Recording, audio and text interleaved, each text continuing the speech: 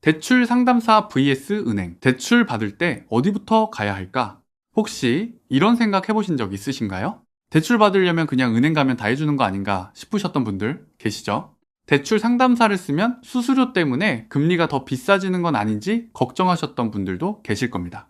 은행이랑 상담사랑 뭐가 다른 건지 정확히 모르겠어서 그냥 주거래 은행부터 가셨던 분들, 오늘 현업자 입장에서 솔직하게 비교해 드리겠습니다. 안녕하세요. 부동산 대출의 모든 것 책 저자이자 담백한 대출 박순호 대표입니다. 대출을 신청하는 세 가지 방법. 대출을 신청하는 방법은 크게 세 가지입니다. 은행 영업점 방문은 서류를 가지고 직접 창구에서 상담받는 가장 전통적인 방법이거든요. 온라인 비대면 신청은 카카오뱅크, 토스뱅크 같은 인터넷 은행이나 각 은행 앱을 통해 신청하는 방식입니다. 대출 상담사를 통한 신청은 금융사별 조건을 비교해서 가장 유리한 상품을 찾아주고 서류부터 실행까지 관리해주는 방법이고요. 이 세 가지 중 어디가 본인에게 맞는지 아시려면 각각의 장단점을 정확히 알고 계셔야 합니다. 은행 창구의 장점과 한계. 은행 창구의 장점은 직접 대면 상담이 가능하고 급여이체 카드 적금 같은 부수거래를 통해 우대금리를 받을 수 있다는 점입니다. 그런데 구조적인 한계가 있거든요.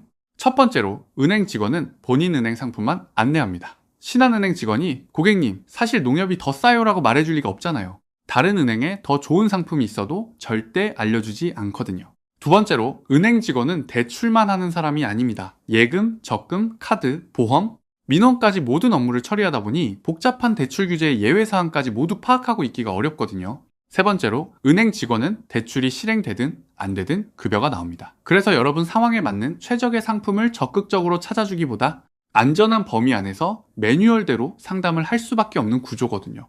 대출 상담사의 구조와 장점. 반면 대출 상담사는 구조가 완전히 다릅니다. 은행과 계약된 위탁 법인 소속의 영업 직원이지만 같은 은행에 같은 상품을 같은 금리와 같은 조건으로 판매합니다. 상담사를 통한다고 금리가 올라가지 않거든요. 핵심 차이는 이겁니다. 대출 상담사는 대출이 실행돼야 수당을 받는 영업직입니다. 대출이 안 나가면 돈을 벌 수 없는 구조이기 때문에 누구보다 적극적으로 가장 유리한 조건을 찾아주거든요. 은행 직원은 대출 사고가 나지 않는 것이 목표이고 대출 상담사는 여러분에게 가장 좋은 대출 상품을 실행하는 것이 목표입니다. 이 목표의 차이가 상담의 질을 결정하거든요. 구체적인 장점을 정리해 드릴게요. A은행에서 안 된다는 답변을 받으셨을 때 A은행 직원은 안 됩니다로 끝이지만 상담사는 B은행에서 가능한 경로와 현 시점, 최저금리 정보까지 드릴 수 있습니다. DSR 소득 요건도 계약 전에 미리 정확하게 계산해 드리고요. 은행은 번호표 뽑고 기다려야 하고 갈 때마다 직원이 바뀌지만 상담사는 한번 상담을 시작하면 대출 실행까지 한 사람이 연속으로 관리해 줍니다. 사후 관리까지 해주는 상담사를 고르세요. 대출은 실행으로 끝이 아닙니다. 사후 관리가 정말 중요하거든요. 특히 사업자 대출이나 생활안정자금 대출은 자금 용도에 맞게 사용하는 것이 원칙입니다. 추후 은행에서 사후 점검이 들어올 수 있고 용도 증빙이 안 되면 기한이익 상실 같은 큰 문제가 생길 수 있거든요. 좋은 대출 상담사는 대출 실행 후에도 대출 정책 변화 대응, 용도 증빙 관리, 금리 변동 시 대환 안내, 추가 대출 상담까지 지속적으로 관리해 줍니다. 대출만 내고 연락이 끊기는 상담사가 아니라 사후 관리까지 책임지는 상담사를 만나셔야 합니다.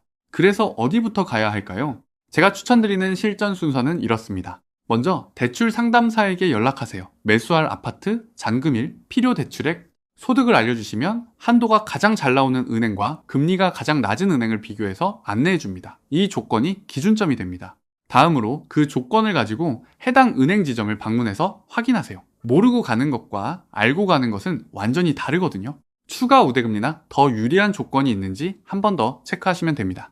마지막으로 카카오뱅크 같은 비대면 대출도 비교해보세요. 가장 넓은 범위에서 비교하신 다음 최종적으로 가장 유리한 조건으로 결정하시면 됩니다. 처음부터 은행 여러 곳을 돌아다니면서 힘 빼실 필요가 없습니다. 매물 찾는데 발품을 쓰시고 대출 비교는 상담사에게 맡기세요.